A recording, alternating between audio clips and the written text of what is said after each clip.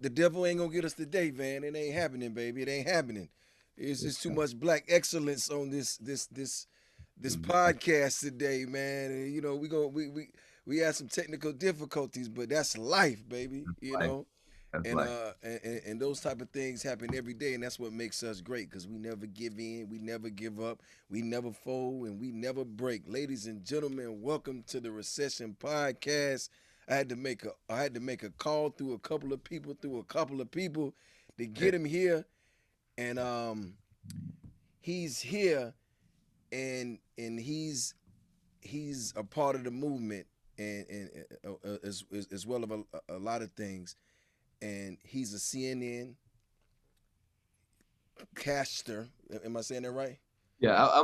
They call me I'm a host personality, Yeah, I was trying to figure it out. I was like, so commentator, right, commentator. right, Probably the best way. etc., etc., etc. Ladies and gentlemen, welcome Van Jones to the Recession podcast. How you feeling today, brother? And look, I'm feeling good. It's been a tough year Yeah, for everybody, but breakdowns lead to breakthroughs. So love that. everybody, One more time for the people in the back. I said Breakdowns. breakdowns lead to breakthroughs if you use them right. Right. If you use them right. Okay. Love it. And so Love it. a lot of us were in the hamster wheel. We were just doing this because we were doing this because we were doing this, Yeah. Yeah. almost like zombies. Yeah. And then, COVID hit, George Floyd hit, the election hit, and a lot of people are awake. I didn't say they woke, I said they are awake. That's different. Right. People are waking up now, not just to the external, but to the internal. Mm. Like, am I happy? Am I doing what I was born Mm. to do? Mm.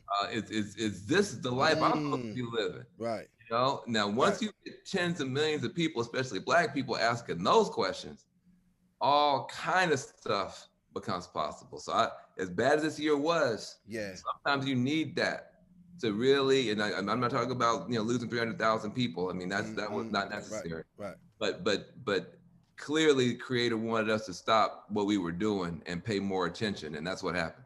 I love that. You said the creator and slowed us down so that we can see how we living, what we doing. Um, peel some of those layers off the onion so we can really see what's going on. And I truly believe that, brother, for the simple fact that a lot of people this year that I know personally, us outside of the deaths and everything that happened, say this has been the best year for them, just in getting in tune with themselves and finding And themselves and growth. understanding what really matters. Because for a while we all just thought all these other things matters, and when everything slowed down, it was like a reality check, Yeah. and that can only It was come from yeah. somebody up above. That couldn't come from us. So shouts out to everybody out there that's doing better, and we praying for everybody that we lost and everybody that's getting sick. But I had to ask you because I've always watched what you've done, and I was just always intrigued. I'm like, is he an activist? Like, because it's like you be on the front line with a suit on. You feel me? It's just like Yeah. I just because it's like you hear your name and then you see the things that you do, Yeah. and you gotta kind of just without digging too deep, like where did that first of all, are you an activist, and Yes. where did that come from? Like how are you so how have you been woke and a lot of people just waking up? Well, first of all, Zoom world. So I apologize for these. Also, these motorcycles are going past me here in LA. I don't know what's happening. Maybe it's a Trump. Right, Trump. rally, rally, right. I don't know. They know what we doing, brother. Exactly. They literally just sit right outside Right, my right, place, just gunning their engines and stuff. It's like, right, but you're not right, gonna stop nothing. right. You're not gonna stop nothing. I tell you that. But listen, man. I first of all, I consider myself to be an activist and advocate, and I always have been. I never had any intention of being a TV personality. That really wasn't what I was focused on. Wow. I was born in 1968. So I'm 52. I'm in my early 50s. Um, People don't understand what it means to be born in 68. Mm, The year that they killed Dr. King. right. That's the year they killed Bobby Kennedy. Wow. There was riots. The Chicago Democratic Convention was bloody. It was a year. I mean, you think 2020 was a big year, and it is a big year, but 1968 is right that kind of a year. Imagine babies being born into all of this right now. Yeah, They're going to have yeah. a different mentality because their kindergarten teacher is going to be different. Everybody's going to be different Right, around. right. And so for me, I came into this into this world, feeling very much aware of what the grown people were about, and they were still reeling from Dr. King. I decided as a very young person, I wanted to do something like what he had done as far as trying to help people. Mm. Went to law school, went to Yale for law, got out 24 years old, had dreadlocks down my back. It's 1993, a year after Rodney King, a Wow. year before the Clinton crime bill. There's a bullseye on the back of every young black man for police brutality in the prison system. You can see it coming. Mm. And I got a law degree. I said they should have never given me a law degree at 24 years old. Wow. I'm coming for their ass. There you go. So I Yes, started, sir. yes, so I started coordinating. This is in the 90s. I started coordinating lawsuits against police departments, just coordinating lawsuits against youth prisons. Mm. The organization I founded, the Ella Baker Center for Human Rights in Oakland, we wound up closing with our allies 5 abusive youth prisons, stopped them from building a Wow. super jail That's for crazy. kids in Oakland. All this is before I was ever on TV, just Wow. grassroots style. And also, don't forget, in those days, Democrats and Republicans were trying to build more prisons. Mm. California built more prisons than Texas in Wow. that prison boom. Nobody wants to talk about that. Prison boom. Prison boom. Okay. We went through a prison boom where it was constructing prisons all across America. It was like a building boom. Just building prisons after And prison. this was all for because I just want to I Yeah. want to make sure the people connect. So basically, this is a business. They're Yeah. building prisons because it's a Make business. money. It's a big money, and now all they need is people inside of it. Exactly. And Wow. so you have an incarceration industry that was growing up Incarceration industry. that was growing up in this country, and it was for people who look like me and you. Everybody knew. Because listen, don't forget, I went to Yale for law school. I grew up in the rural South, went to public schools, and black church on Sunday and all that. Well, every other Sunday, but you know what I'm saying. So I grew up in the middle of the country. My dad grew up in Orange Mound, Memphis, the biggest ghetto in the South. Oh yeah. Orange Mound. Yeah, that's Orange real. Mound, yeah, So exactly. You Oakland and Orange Mound Hey, see, listen, and Yale. Okay. Exactly. Yeah. So that's a mix. That's a mix. That's a mix. You can see. That's a lot to deal with. That's a lot to deal with. That's a lot to deal with. So, my dad, he joined the military to get out of poverty when everybody else was trying to get out of the military. My dad said, no, I'm going to go in. Right. He went, joined the military. He got out. He put himself through college. He married the college president's daughter, my mother, at Lane College. He knew what he was doing. Smart man. Exactly. And so by the time I get to Yale, I've been raised by this ex-military cop educator who's married to a college president's daughter.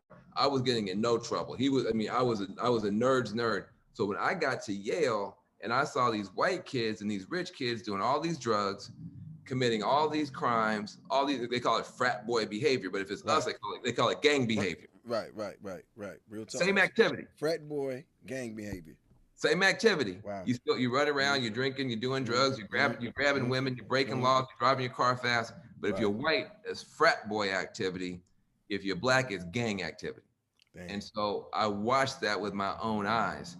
When I got out of law school, I said I wanted to fight. So I spent the first 10, 15 years of my life out of law school, suing cops, organizing against prisons. This is before it was cool, before it was popular, because Democrats and Republicans were on the other side from us, from our generation. Right. Bill Clinton and those guys, for all the good that Bill Clinton did, he threw us under the bus when it came to incarceration. Right. And so, let me ask you this though. So just to kind of connect the dots, all this is going on. You saying Clinton? So this is actually when the drug war was going on. So it made it easy for them to just throw people in because they're making the drug laws. And this is about the time that crack is killing our neighborhoods and is an epidemic. Wow. Okay. Yeah, it makes sense. It makes a lot of sense. No, absolutely. And again, they got this fleet of motorcycles out here, but I'm gonna keep talking anyway. Yeah, no, the devil ain't working today. Yeah, exactly. It's too much power and wisdom on this podcast today. Yeah. We're gonna get to it. But so you mean to tell me you're in Yale? Yes. Right. You're in Yale, and you're fighting for your people. Yes. While you're in Yale. Yes. And pretty much, basically, you probably, the minority in there is part. You know what I mean? It's In jail. fact, the crazy thing about it, even the black students were embarrassed to have me there Are because you serious? because they're like, who is this guy? But, you don't forget now, you have African American, Right. folks who have done well, God Right. bless them. But they went to Andover and Yale and Harvard and Brown and Oxford and all these fancy schools. I'm coming from the University of Tennessee at Martin. I didn't even say University of Tennessee at Knoxville. Right. I said at Martin, the little Wow. campus nobody's heard of. Right. And I'm showing up at Yale for law school. They only have 120 people in our class. 10,000 people applied to get in. They let in 120 out of 10,000. Of the 120, I think maybe 18 of us, 17 of us were black. So you had a very small number of black folks in the school. And then I'm the only ones that's not come. Well, there's another guy came from a normal school background. Everybody else coming from these fancy backgrounds. So they're looking at me, man, you making us look bad coming up in here, country, right, militant. right. You know what I mean? You got that Tennessee slang. Exactly. You from the Bay, you a little Bay. They got a little extra sauce in them, and you got dreads. And I had dreadlocks in the 90s. Now, don't forget, right. Exactly. In the 90s, wearing dreadlocks at an Ivy League school was unheard of. Right. So I was just so I was way out there. But why? Because I had seen too much bad stuff. Growing up in the South, growing up on the edge of a small town, I had seen too much bad stuff to go for the okie doke. And so I really wanted to use my degree to help people. The ironic thing, I wind up living as if a lot of my guys, I went to Yale Law School, they wanted to be in government. They wanted to be in high offices. I wound up working in the White House. That was never my goal. There were people I went to school with who wanted to be on television and be in the public eye. I wound up on television. That was never my goal. Wow. My goal was trying to help us at the grassroots level. But sometimes, if you do your work right, and you continue to learn and grow, opportunities show up. And you go through doors you didn't even know you were going through. And I looked up, and what happened was, I burned out, trying to, obviously going to a lot of funerals. You work in Oakland dealing with young people, you go to a lot of funerals, with young people in the caskets and people with gray hair sitting up in the pews, the opposite of everybody else's neighborhood. Everybody else's neighborhood is the gray folk and the kid folk in the casket and young people in the pews. Right. In our community, it's the opposite. You can only do that for so long before it gets to you. And so I've been there. Yeah, I've been there. And so I started trying to get jobs for these young folks.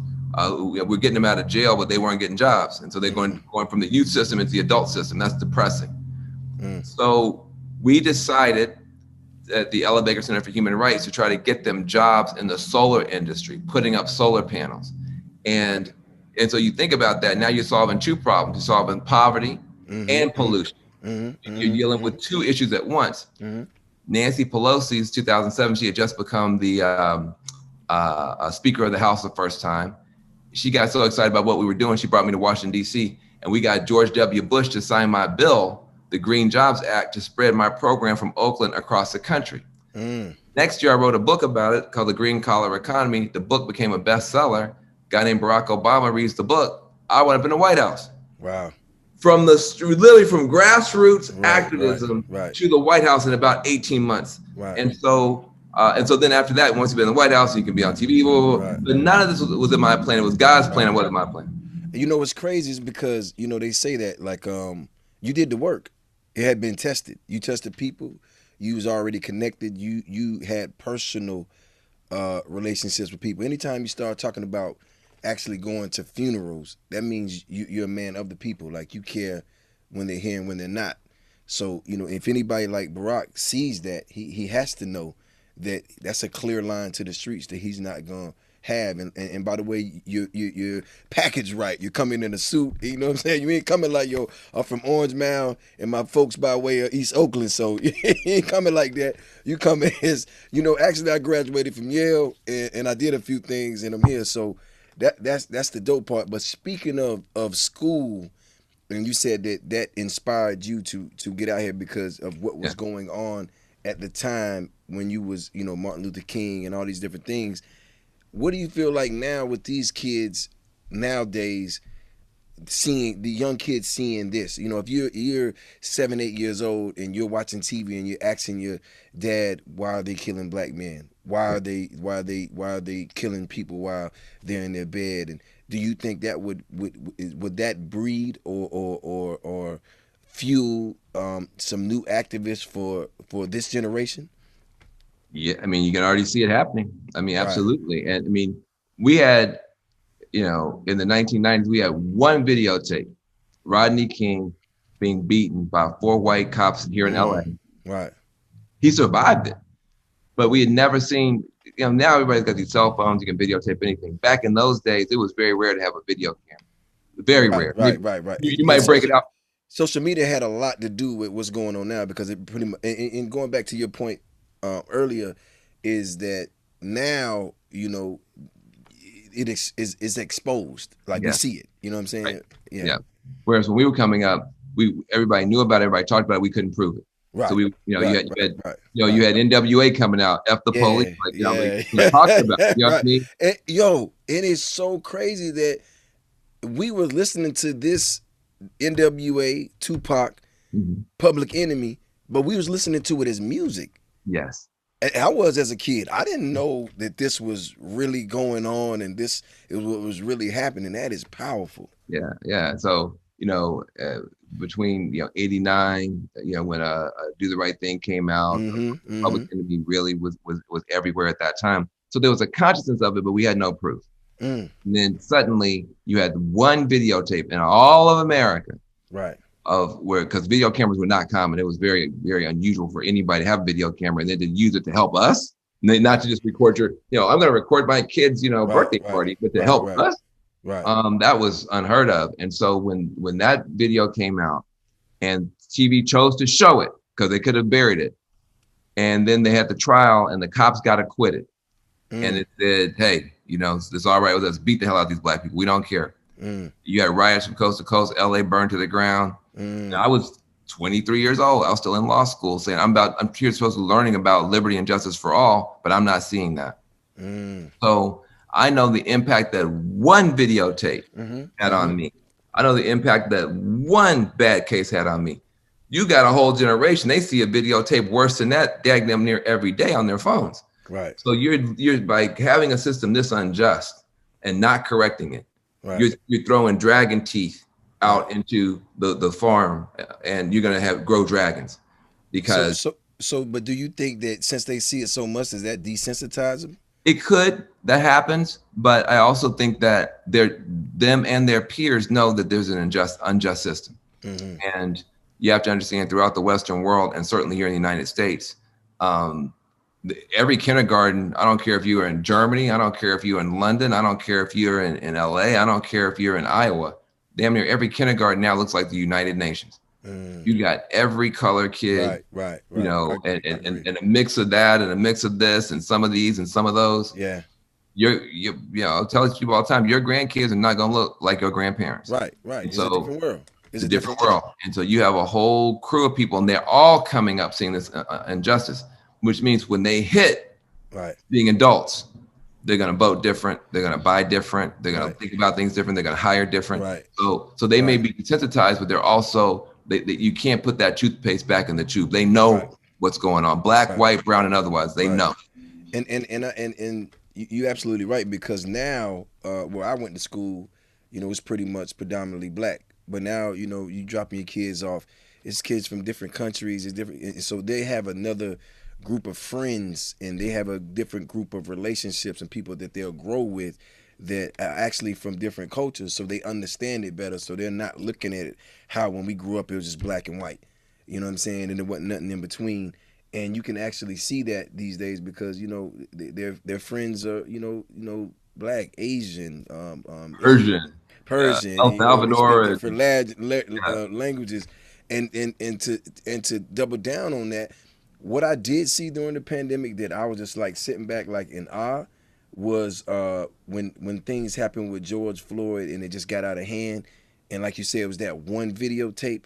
I watched the world embrace our problem. I watch people from London, the UK, Australia, all these different places that I wouldn't even think that would understand start marching and using their socials to speak up on what was going on. And I just thought that was just When I sat back, I was just like, wow, like Yeah. everybody for once Yeah. sees that we really have a problem, and it's not just our problem anymore. You know what I mean? You know, if you think about a Dr. King Mm, and you think about this summer 2020, if you look at the polling data, probably January, if you ask majority of white folks, do you think that anti-black racism is a real issue? And do you think mm, the police need to be reformed? The numbers would have been very, very low in right. terms of even well-intentioned white people. They don't live it. They don't think about it. It's not their thing. And so then by the time you got to July, August, September, polls show about 20 million white people changed their mind and put anti-black Mm, racism near the top or at the top of their list. mm, Now, hold on a second. Dr. King never had a summer where he picked up 20 million new people. right. I mean, even Dr. King Right. never had that summer. And so you can't even get your minds wrapped around, because don't forget, Dr. King, when he died, he was very unpopular. When he died, they said he was a troublemaker, blah, blah, blah. Right. Right. I mean, he became more popular in death with his wife and Stevie Wonder and other people making sure that everybody knew his name. But when he died, he was considered one of the most unpopular people in the country. He had come out against the Vietnam War. He had come out, you know, the war on poverty. People were saying he was a socialist, he's a communist. He was getting destroyed in the press right before he died. So even Dr. King never had a summer like Black Lives Matter. Black Lives, from a public consciousness point of view, you've never seen anything like it. Now, how you translate that into bills and laws and changing behavior, totally different. Right. But yes, the people who grew up and who came of age and looked around this year and saw COVID taking out blacks Right. and Latinos way out of proportion, because we are those essential workers, those frontline workers, not paid like we're essential, but then in an emergency treated like we're essential.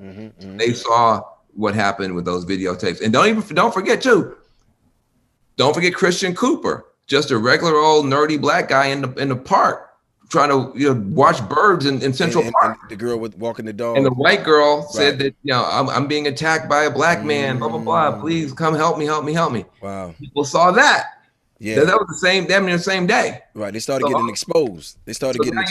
Yeah. So now you're seeing a black, well-mannered, nerdy bird watcher, damn near, he could have gotten killed. Right. And then you're seeing, the other side of the tracks getting killed, and people, and you had a captive audience. Everybody sitting home because of COVID. Right. So they everybody sitting still, and they got nothing to do but watch. Like in Clockwork Orange. Right. Right. Hold the eyebrow. You gonna watch this? You can't turn your head from it, because I feel like just even sitting back watching the news, I mean, you couldn't hide from it. It was everywhere. Yeah. The George Floyd video was extremely powerful. The Breonna Taylor case was captivating just to watch how the district attorney was handling things. Like, it was just so real. And when you sit back and you got to really think, is that God's work? Because COVID really stopped time for us to get a reality check and say, okay, this is really happening in real time. What are we gonna do? Yep. And speaking of that, when Biden won, I saw you get really emotional, and I just really wanted to ask, what did that mean to you? Like, what was that about to you? Well, it's funny because, I've worked successfully with 4 presidents. I got Bill Clinton not myself, but me working with my peer group of young activists at those days. We got Bill Clinton to close an HIV positive prison camp. Nobody remembers in the days. Hold up, a HIV positive prison camp. A prison camp for people who had HIV. Okay, got it. AIDS that George H.W. Bush had set up for Haitians at Guantanamo, which I thought was horrific, because just because somebody has HIV, you're gonna put them in prison. Like, that was crazy. Nobody remembers that. That's hold up. So this is not a prison for people who committed crimes that had HIV. This is a prison for people who had HIV that you're putting in jail because they have HIV. Yeah, wow. Haitian refugees. Wow. Who were fleeing butchers and dictators in Haiti, and they came to the United States, or tried to come to the United States, rather than us welcoming them in because they were Haitian. George H.W. Bush stuck a needle in their arm to figure out if they had HIV. And if they had HIV, rather than bringing them to the United States to a hospital, they stuck him behind barbed wire and razor wire on Guantanamo. I worked with students across the country to get that close. So that's Bill Clinton, work with him. I told you I got George W. Bush to sign my Green Jobs Act. Obama hired me. And then I even got Donald Trump to sign the First Step Act, which was the criminal justice reform bill that even the New York Times says was the most substantial breakthrough on criminal justice in a generation at the federal level. So I've worked with Trump and Jared Kushner and Ivanka, all the people who we talk about, I talk to try to get our people home from prison. And we got 15,000 people out of prison doing that. Right. And the federal prison system is now 17% smaller than it was when Trump went in. So I work with those folks. I got victory with those folks because I'm gonna fight for our people. I don't care who the president is. Right. And if you're in prison, you didn't get a chance to vote for anybody anyway. So why should you suffer? Now I'm not. Nobody's gonna go argue my case just because he's in office, right? He's in office. I didn't have nothing to do with it, right? You know? So I took a lot of heat for doing that, but I would do it again and again because for people in prison, they don't care who's in the White House. They want to come home to their mama's house, and they deserve to have an advocate. Right. That said, a lot of things that were happening in the Trump era were bothering me, but you wind up dissociating. Same when you work in the hood, you go to enough funerals, enough stuff goes down. You don't really grieve every person who dies the way that you would if only one had died. You know what I mean? It's just the way that it is. Right. And so I kind of dissociated. And by the time it got really announced that Trump was losing, that we're going to have a different president, my phone started blowing up. All my Muslim friends, all my immigrant friends, all my friends who are close to communities that have been the target of Trump's vitriol all these years. And they're so emotional. And I'm on live TV and my phone, and I'm like seeing my friends, like just having this conversation on my text messages. And then somebody said, "I'm not crying, you're crying," sort of like, right. And and all of a sudden, man, it just hit me like, man, what we've been through. Wow. And to have this burden off everybody's shoulders. And, people in New York started going crazy immediately. I mean, it was just nuts, and I was in New York, and just like the relief and the joy, and it just got to me. And I wasn't expecting them to come to me at that moment. So I was in my feelings, because they were talking to Jake Tapper in a whole different studio. So I'm just sitting there, I'm sitting next to Anderson, I'm looking at my phone, I'm in my feelings, Right. It's real. It's happening. Exactly. And then they came to me, and Anderson said, "Okay, well, man, how you feeling?" I'm like, and I had some very smart notes about the different numbers or whatever. My eyes were full of tears. I couldn't see the notes, and I'm like, "Oh, I'm trapped on national TV in a moment," And so, so I just started talking about my children. Yeah. I just started, whatever came to mind, it just came out. I talked about my homeboys are Muslim. I got finished talking. I had not. Right. That was that unscripted moment where it went viral. I said, when I see him, I gotta ask him what happened. Yeah. It was just, look, if they had given me a minute to get myself together, I would have said something that maybe it was more buttoned up. But maybe it wouldn't have been as impactful. Sometimes, sometimes you just gotta let your real. So I mean, that wasn't my plan. But sometimes you just have to let your real heart show. No, that's exactly because I felt you, and I spoke with Tamika Mallory, and I asked her, "Did you write this speech that you went and talked about?" And she was like, "In Kentucky," she's like, "Absolutely not." First thing that came to my mind and my heart, and I said it. So we commend y'all on just standing up and just speaking the truth about this. But I'm hearing you say these numbers. You saying you got how many people out of prison? 15,000 out of federal prison alone. Federal prison alone. Now, where I'm from, when you go to federal prison, is like the worst. Like when you hear you going to the feds, it's a wrap. Like everybody know you getting crazy time. Like you just don't give me no federal charge. And where I'm from, we never even heard of someone being able to get out of federal prison early unless they tell, or unless they work a deal with the government. And that's forbidden, and just where I'm from. So I'm not speaking for everyone. So to hear this, because I had so many, I mean, like just the funerals you're talking about, if not double, in the prison, people that's in prison, so many that I know personally that you just kind of charge it to the game because it's like, okay, they got caught up, they're gone, they're gonna be home 10, 15, 20, 30 years. It is what it is. But however, hearing you say this, kid in college that had dreadlocks from Oakland and work your way into the White House and got to a position where you can actually go get tens of thousands of people out of prison. And for all of us who are sitting here just watching this in awe, like myself, explain what prison reform is, because this to me is like mind blowing. You know what I mean? I'm just being honest, like mind blowing. Like I appreciate you. I think you're the first person that ever interviewed me to ask me about it. I mean, Right. if you're asking me about it, and I really appreciate it, because they either ignore it, you know, or they say it's not good enough. You know what I mean? And so it's like, and I'm like, well, hold on a second. First of all, don't act like I was born at CNN just doing interviews. You know, I love CNN. Hey, listen, I've interviewed Jay-Z, I've interviewed Oprah. I love that career, but that's not all I am. It's just a guy on TV. You know, you see me on TV for 6-7 minutes talking to Anderson Cooper or Don Lemon or Jake Tapper or Aaron or any of them.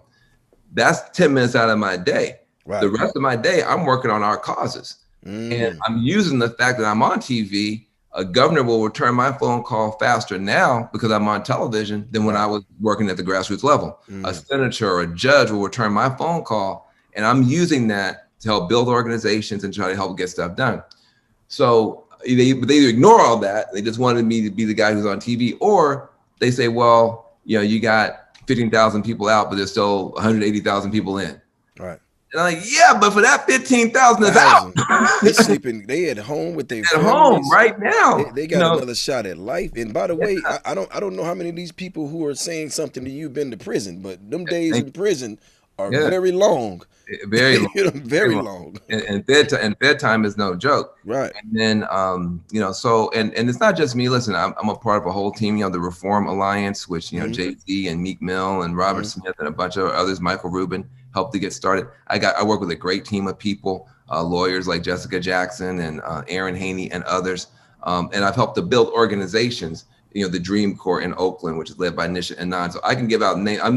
No one person does what I'm talking about. Right. But I play an essential role because I do have that national platform. And so when I open my mouth to say something about police and prisons, and when CNN let me do a whole series, the Redemption Project, 8-part series. You can find it on the Dream Corps website. But just put in Redemption Project, 8-part series on restorative justice, going into the prisons, people who turn their lives around, who never get the microphone, people who were doing bad and now are doing amazing, who never get any attention. CNN let me do an 8-part special, put them in prime time. So I feel like I'm somebody who, my tools are different in my 50s and my 20s. My access points are different. The way I have to play my game on this side of life is not the same as when I was running out there cussing folks out and doing sit-ins and stuff like that and marching. I don't do it that way. I do it slightly differently. But I feel like I'm trying to solve the same problem, which is we are never going to be free. We are never going to have our dignity. We're never going to be able to prosper. Our genius will always be less than it could be as long as they are filling up these prisons, this incarceration industry with our people. And this is for their personal gain, because this is business. Because it's not making anything any better. And they don't do it to their kids. When their kids are on drugs, they don't say, well, here's 17 years for you. I've never met anybody who said, oh, my kid's on drugs, I want them to do 17 years. Wow. They only do it to your children. It's always when somebody else's kid is on drugs, well, they're a drug dealer. My kid is experimenting with drugs. Your kid is a drug pusher. Well, hold on a second. The video camera showed them doing the exact same thing. How come your kid is experimenting and needs to go to drug rehab, and my kid is pushing and needs to go to prison? The only thing different is the color of their skin. And so this is something that, like I said, I people get confused because they say, well, he's working with Jared Kushner, he's working with Trump, he's working with these Republicans. Please understand, 80% of Black people are locked up in states that are either run by Republicans, red states, or half run by Republicans, purple states. 80% of our people, the person with the key to the lock is a Republican. So you can't just be woke, and only dealing with Democrats and progressives and leftist revolutionaries and Black nationalists and Marxists and anarchists and think you're gonna get nobody out of prison. Right. You gotta You got to politic. You got to make sure. Politics. Yeah, you got to be able to deal with all sides. And so right. then what we do is, on Twitter, you'll get destroyed for doing the thing that's saving your people. And you get praised for doing the thing that's not making any difference at all. So I can tweet all day and say how much I hate Republicans, but I'm never gonna get nobody out of prison doing that. Right. But if I say, hey, listen, this governor did something good, even Donald Trump did something good, keep doing more, and I'm getting more of our people out, I'll get damned by Twitter. I'll have hip hop stars come out and say Van Jones is a sellout. But look at the people I'm bringing home. Right. The people who are saying everything you want to hear, great. They got good rhetoric. Where are their results? Right. So at some point, we have to, as Black people, be as sophisticated as the system we're trying to change. Right. And it's crazy that you say that, Van, because, and as long as you have your mission and you understand what it is you're doing, people are never going to understand how you get it done. But those people that you bring at home, if you sat them down and asked them what they've been through or how they was treated unfair, they're going to speak. You're talking about human lives. And my thing is like, another man's opinion is never reality to me, because it's just like people will sit there and talk and say, okay, you're selling out, you're not doing things, but you're actually making progress. And if you got to go sit down and talk to somebody that we don't even agree with to make the progress, as long as you're not throwing any more of us under the bus, what does it matter? You know what I'm saying? Bring them home. And I'm speaking for all of us, because I'm seeing the many tweets where they talking about free my little homeboy, Ro, free this one, free that one, free that. We trying to get him free. You know what I'm saying? So what you want us to do? You want us to leave him in there, or you want us to get him free? You know what I'm saying? So I've never met.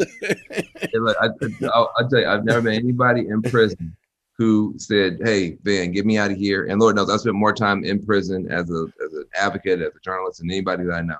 Right. And every time I come out there, I have to just sit in my car and just think about it and just, thank God, but also just, God, why is we still in bondage? But I've never met anybody behind those gates, never met anybody on the other side of that barbed wire who said, Van, get me out of prison. I need to come home. I want to be with my baby. I want to be my baby mama. Get me home. But don't work with any Republicans. Right. It doesn't make sense. I've never had that conversation. In 25 years, I've never had that conversation. Whatever you do, don't talk to them. Exactly. I stay here another 30 years if I got to. Exactly. Nobody has never, not one time, never said. Wow, that's crazy. So when they be tearing me up on Twitter, I just say, listen, if you're on Twitter, I'll tell you this, you're probably not in federal prison, because they usually, unless you got a sneak phone. Right. Not on Twitter in federal prison. So and by the way, if they on there, they got a sneak phone. They trying to tweet you. Hey, come get me. Come get me. Yeah, man. Let me ask you this though. So Kim Kardashian, what she's doing is dope, and I hear your name affiliated with hers a lot, and I commend what she's doing, because she's using her notoriety and everything. Would you be considered like her mentor, or is she somebody? Did she come to you, or you guys you saw what she was doing, and you guys just connected? How did that work? Look, she was moving on her own. Okay. She was moving independently. A woman named Topeka Sam, who should be a legend, Black woman, did Fed Time, came out. She's helping people, saving people, trying to change laws. She's amazing. Topeka made sure that the video got made and put out publicly about Miss Alice Johnson, who was a legend behind bars and who everybody was hoping Obama would let out. For whatever reason, Obama didn't let out. Kim had no connection to anything or anybody, but she saw this video that Topeka made about Miss Alice Johnson. She just couldn't believe that a Black woman, this saintly, this beautiful in terms of just her heart and everything she'd been doing, was not going to ever get home, even though she's a first time offense, and she's going to be in prison for the rest of her life. She's going to die in prison. Wow. Kim said, well, I know Ivanka Trump. Let me pick up the phone and call Ivanka Trump. So on her own, she didn't need anybody to push her, just based on her own heart and her own connections, she got into motion, Kim Kardashian, tried to save this Black woman's life. But I had also been working with her. So our paths crossed in that. And look, I've taught Kim one or two things. Kim has taught me 3 or 4 things. I mean, she is very effective, and people think she's doing it for publicity. Here's what I know. 95% of the stuff that Kim does for people behind bars is never in the press. She is 100% committed to making a difference for people. And by the way, people say, well, you're praising her and you don't praise Black women. When I praise a Topeka Sam, it doesn't make the headlines. Right. Okay, when I praise a Brittany Barnett, it doesn't make the headlines. Right. So when I praise our people just assume a Black person praise. But when I praise a Kim Kardashian, she's famous, so it makes the headlines. But Kim Kardashian will tell you the roll call of names of Black women that she's learned from and worked with. Miss Alice Johnson, being first and foremost. So again, I'm gonna tell the truth whether you like it or not. We got one celebrity, Kim Kardashian, who was willing to walk in the Trump White House. When Obama was there, every celebrity was up in the White House. When Trump got in there, everybody fell back. I understand that because they didn't want to take that smoke. But Kim Kardashian was willing to do it. I will always salute her. I'm not going to take anything away from anybody else. Right. I'm going to tell the truth whether you like it or not. And the truth is she's been an unbelievably effective advocate for this cause. And by the way, if she, I'm just going to throw this out there. She ain't talking. She get see murder out. Ain't nobody gonna have nothing to say. The whole New Orleans gonna be with her. You heard me? Exactly. No. And by the way, she's and people and don't take this away from her either because she's got 4 Black kids. Right. I don't care who you are. If you're raising Black children in America, that's gonna change. Now that doesn't mean it's gonna get you all the way right. Right. But you're gonna get some of the way right just on the strength of having 4 Black kids in America. Right. Well, I'm a firm believer if you're doing what's in your heart and is right and you're helping people, it don't matter what who and what you are, as long as you because she could be home chilling. Exactly. You ain't got to put her name on none of that. You know what I'm saying? And I'm even saying the see murder part because a lot of the world had forgot about him. But just by her being involved, it gave him hope or anyone like him a small bit of hope while he's sitting in that cell. And we all know that the New Orleans and Louisiana prison system, you're talking chain gang days. What happened in Mississippi and my guys like Yo Gotti and Jay-Z got involved, and it's crazy because I had friends. I got guys from Mississippi I know personally that would send me videos of people getting stabbed and killed, and some even people had firearms in prison in Mississippi. And I'm like, how do you get a gun in jail? Right. And what is that? What type of system could that be? You know what I'm saying? So when you think about that, and they had to go in there and basically shut this prison down. So I commend that because you got people's brothers in there, their uncles, their daddies, their cousins doing time. They just want to do their time and come home, and now their life is in danger because of how the prison is being handled. And when COVID hit, it was even crazy because a lot of people was like that I know was texting me like, yo, you won't believe what's going on in here. They leaving us in cells with people that's sick, they have COVID. They're not giving us masks and this, that, and the other. And I had people DMing me, telling me about all these different stories. So I'm gonna say, as long as y'all fighting for us, like we with you, bro. Like I ain't that opinion. When people get too opinionated and they ain't putting no work in, I don't know how to respect that. But let me ask you this word.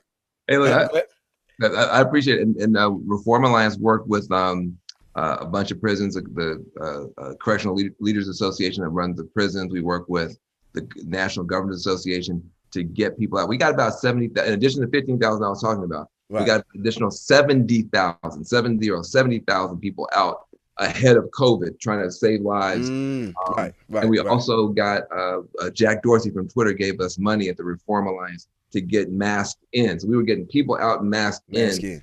And so now I wish we had gotten, all of them out, but we did some. And that's what you just have to just do what you can, do what you can, do what you can. So 70,000, so y'all basically got them out of early release? Yeah, compassionate release, early release. Okay. And how do you even process that many cases? Like who goes through the cases? Well, what we did was we came up with a framework, a policy framework, and we got it. We got the National Governors Association to adopt that framework and then get it to the governors. And the governors have their staffs at the prison level running. Now, and no one governor adopted all of our recommendations, but a lot of them adopted pieces and parts. And when you add up all of those moves that all those governors made, wound up being about 70,000 people who came home early. Wow, that's what's up. I know one of them personally. Yeah, one of them personally. Yeah, and that's the thing. It's like, and I know we can't talk forever, but that's the thing. I want to encourage everybody under the sound of our voice. Everybody can do something. Right. I first got out of law school. All I could do was protest and file one lawsuit. Now I'm in a position I can work with, all 50 governors and the president, and we can, move stuff in multiple states simultaneously. Right. Based on the team I'm a part of. That took 20 years, 25 years to get from point A to point B. Right. But whoever you are, wherever you are, you can do something. And it's better to do what you can do than sit up here and criticize other people what they haven't done. Because nobody's eating based off of your soundbite tearing down another man. Right. People can't eat your sound bites. They can eat based on what you do to help people. Right. And that being said, let me ask you this last thing. How do you feel like we make a difference and we can be effective in this time? When we go into 2021, what could we actually do to be effective as a people, as a culture, and as a country? Well, I mean, a couple of things. First of all, just having a heart to be helpful means a lot. Intention matters a lot. Knowing that you have it in your heart to be helpful matters a lot. And then there's a lot of things that would bring people together that we don't talk about. Poor white folk and poor black folk got 85% the same problems. But we vote against each other, talk against each other, move against each other. That only helps the people at the top. And I've done stuff in Appalachia. I've done stuff in coal country. I've done stuff in the hood. I've done stuff in Native American reservations. And 85% of it's the same. We have to deal with more racism than they do. But hungry is hungry. Being in a food line is being in a food line. Being on WIC or whatever, all that's the same. Same thing. Yeah. And so I think we need to try to really. I always say common pain should lead to common purpose. That's my thing. And so look for those areas. What do we have in common? Addiction hits both communities: black, white, red, blue, brown, whatever color you say.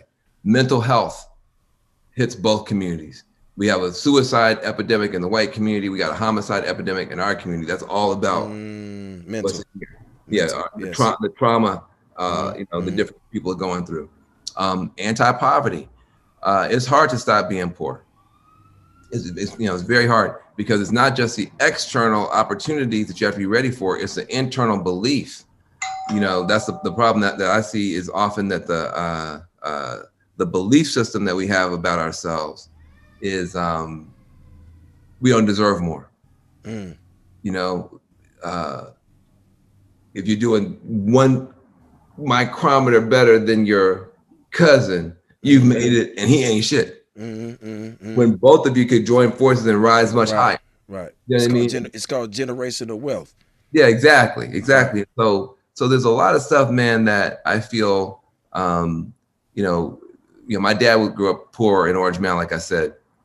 And then he said, nobody can give you anything that'll stop you from being poor.